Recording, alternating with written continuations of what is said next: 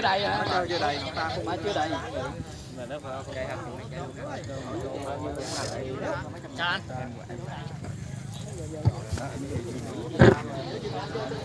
Bình nó nhiêu lít rồi ta? Ngày đó 10 lít gì đó chú. 10 lít hả?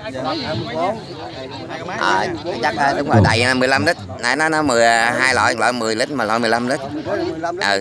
Dạ, như nãy chúng ta bà con vừa thấy đó là có hai anh em sẽ đem hai cái bảng xuống cắm.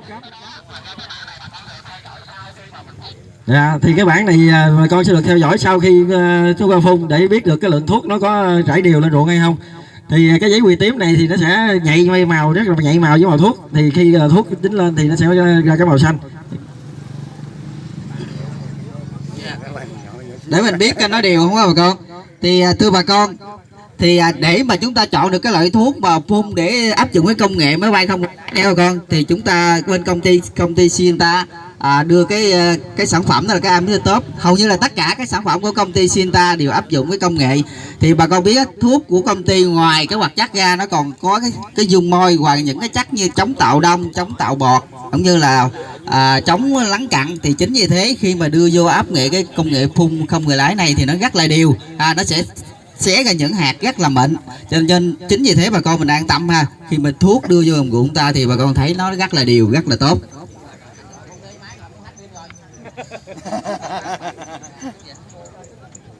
Người ta khoai nắng họ còn muốn hết nữa nè. Nãy giờ dạo đầu hơi bị nhiều. Máy bay chuẩn bị cắt cánh nha bà con mình Quay nha. mình nên giữ khoảng cách an toàn nha. Ai có camera quay nha. Coi chừng trời chụp cánh mấy cây mấy ai. Nó chút là chụp lại liền đừng để.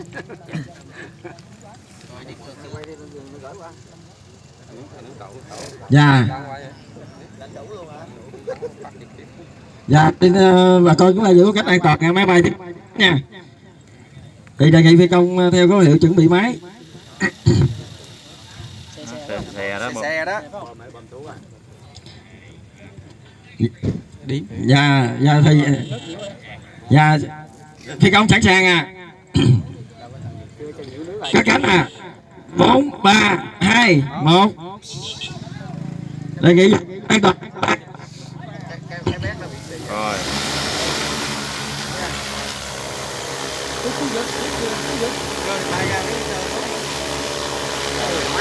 Dạ, hiện tại trên đồng ruộng hiện tại thì lúa đang giai đoạn đồng.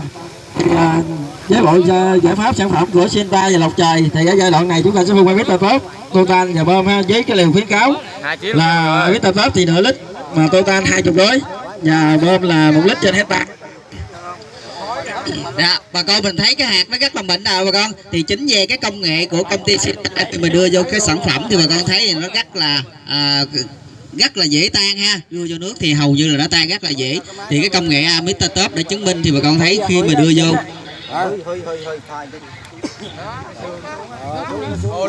Dạ, bà con xem về đấy. Thì hiện tại đang bay lối thứ hai đó, thì bay tới đâu thì chúng ta thấy coi nó có bị sót lối gì không.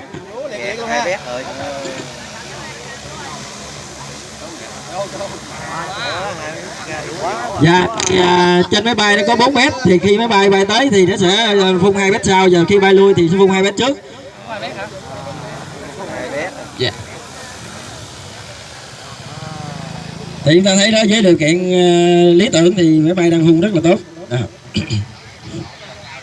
Dạ. Hiện tại thì tốc độ.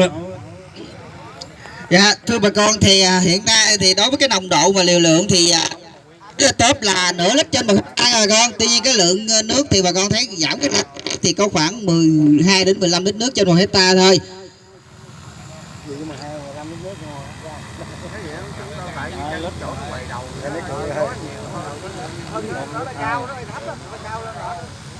Và chúng ta đang được coi máy bay với vận tốc là 4,5 mét trên giây ha, và độ cao là 2 mét và có độ rộng phun là 3,5 mét.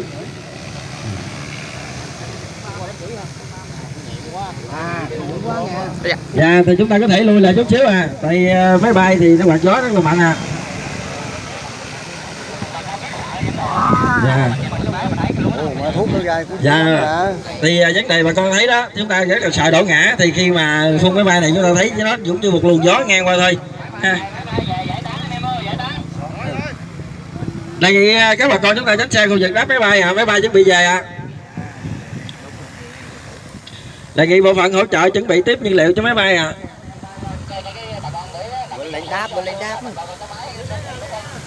Chúng ta giữ khoảng cách an toàn bà con, lui ra chỗ đáp máy bay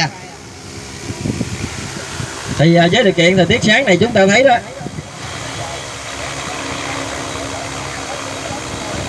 Dạ. Thì bà con thấy đó, hồi nãy là đang phun thì máy đã quay về.